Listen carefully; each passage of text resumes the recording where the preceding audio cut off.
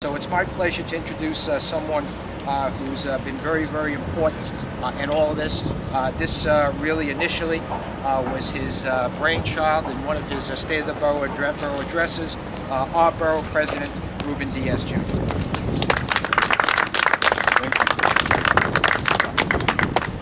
You know, this week we are celebrating Bronx Week. We're right in the middle of Bronx Week. And what we're celebrating is a number of things. We're celebrating our culture, we're celebrating our history. We're celebrating the fact that we've persevered here in the borough. We're celebrating the fact that we've overcome a lot of hardship. We're celebrating the fact that the elected leaders are coming together and speaking in one voice and letting government at every level, whether it's the city, the state, or the federal government, know that we mean business. When you speak of state government, and you speak of that partnership that I need as the borough president, that Bronxites need, with regards to leadership, that person who's making sure that while the business of state government is there to provide a better future for all people in the state of New York, that the Bronx is not left behind. You cannot speak of that without mentioning the name of our fearless leader, State Senator Jeff Klein, and for that, in your partnership, I just want to say thank you, Jeff. Thank you. One of the things that we also celebrate, because we're not just nostalgic, we're not just festive in the Bronx. We know what we're talking about. We know how to plan. So in Bronx Week, we're celebrating the future of the borough and planning to make sure that as we move forward, that we do so in a way where everyone has a leg up, that everyone appreciates our borough. And so we're here today because of a vision. We're here today because we know that we need to open up the eastern corridor of the borough. We're here today because we know that this project makes sense. And so in partnering with Senator Klein and his office, and I want to thank his staff for the work that they've done, working with my staff, what we have is a report.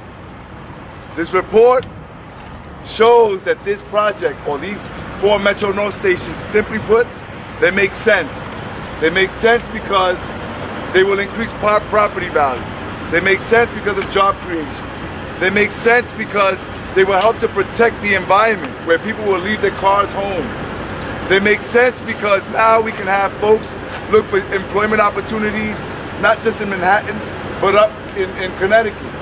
And so what we're here to say to the governor and the state of New York and the good men and women of the LIRR and the Metro North Station and the MTA is that we're prepared to work with you. To the state legislature, the state senate, we're here to say the Bronx is here because to say that we need you, that we look forward to working with you, that we are prepared, just like we've been prepared for other parts of the city, to put our money where our mouth is. You see, I say that because when you look at the numbers, and many Bronxites have come out in these meetings, you will see that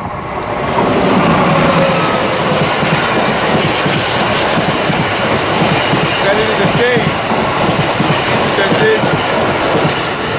that these tracks are not used to stop right here in this section of the Bronx. That's a shame that all we do is see these trains ride right by. That when you look at right behind us, whether it's the new emergency tower that's going up, or the new tower for the Montefiore Medical Center, or the new Marriott 125 Residence Inn that's going up, or Calvary, people who are visiting their family members at Calvary, or Albert Einstein, or Jacobi Hospital.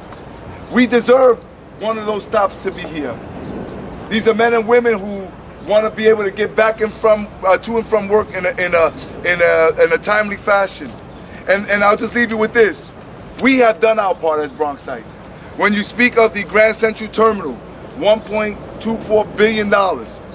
When you look at the 2nd Avenue subway line, $4.5 billion. The number 7 line, over $2 billion.